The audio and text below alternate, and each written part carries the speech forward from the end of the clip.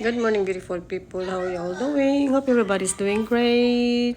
Today, this morning, it's snowing. So, ayan, my granddaughter don't have no school and I'm watching my grandson today also. And yan, nag-ano sila, nanonood ng TV habang nagko-coloring. Habang nanonood sila ng TV, binabantayan ni Amaya yung pinsan niya. Magano ako aayos ng closet dahil yung ano guys, yung pinagtanggal ko ng mga decor andun pa sa ano, nasa container. So hanapan ko ng place kung saan ko ilalagay dahil wala naman masyado ditong room dito sa townhouse na nilipatan namin. Ano maliliit ang mga tawag to, closet.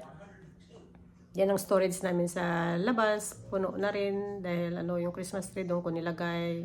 Tapos may ibang gamit pa doon na yung may-ari nito ng townhouse na nirerentahan namin, yung iba nilang gamit, yung katulad ng mga pintura, yung mga tools na doon. Kaya parang hindi, at saka hindi masyadong malaki. So, tapos ang iba pang gamit namin na tawag nito yung hindi na gagamit na doon pa.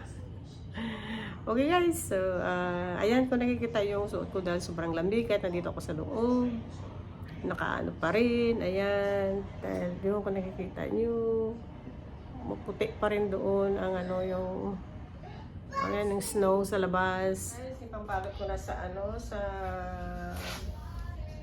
paper ang mga ano ito siya guys, mga Christmas plate at saka yung mga baso, mga cups, so itatago na natin para sa sunod na naman na Christmas. Ito yung closet namin guys, yung para ito sa ano, coat hanger dito, yan. Tapos may nakapatong na rin sa itaas. So ang gagawin ko is tatanggalin ko to lahat, yung mga nilagay ko dito, mga boxes, and yan pa mga Christmas wrap. So dito mga shoes, dito may kaldero pa. Ayan, anin ko guys yung aayusin, tatanggalin ko to lahat, ilabas ko para maipasok ko dito ang dalawang container.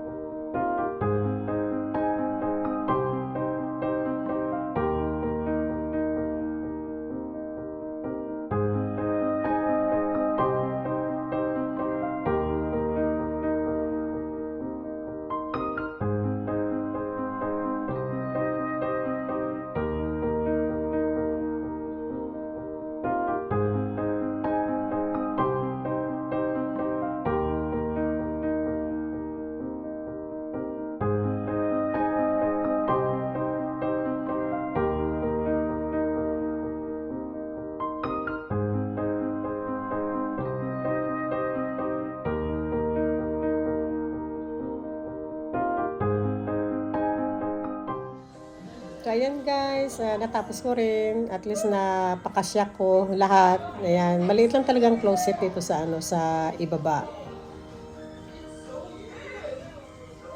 Okay guys, pagkatapos natin, ito magluluto ako ng breakfast. Magluluto ako ng ng bean sprout at tauge at saka haluan ko guys ng spinach.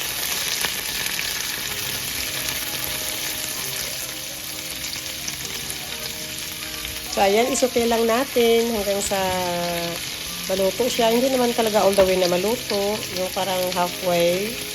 Then, lagyan natin ng salt and pepper. Then, mag-add ako ng garlic powder. Dahil masarap ng garlic powder. Then, ang pinaka-last kong ilalagay, onion powder.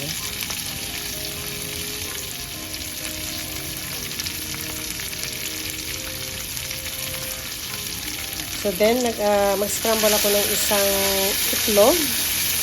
Kasi sa inyo na guys, kung ilang eggs ang ilalagay nyo, pwede 2, 3, pero isa lang ang ilalagay ko.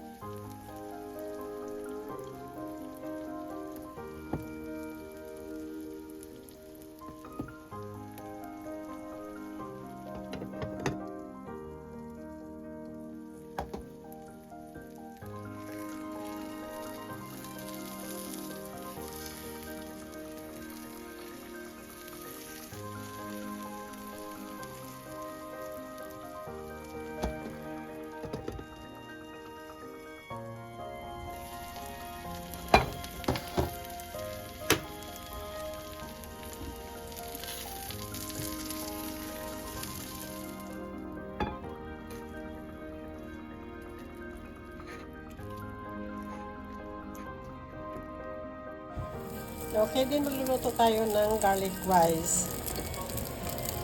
Dahil hindi pwede na hindi mag-garlic rice or plain rice. Masarap kasi guys yung sinangag. So ayan, magluluto tayo. Lagyan lang natin ng salt and pepper.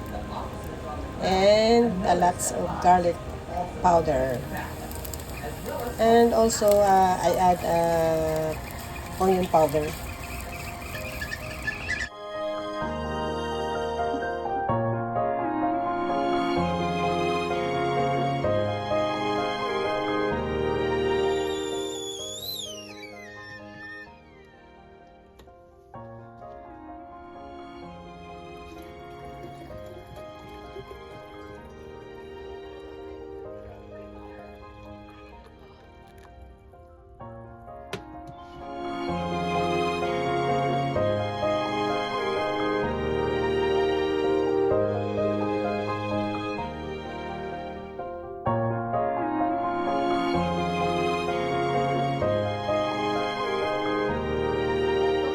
I hope you enjoy my video for today.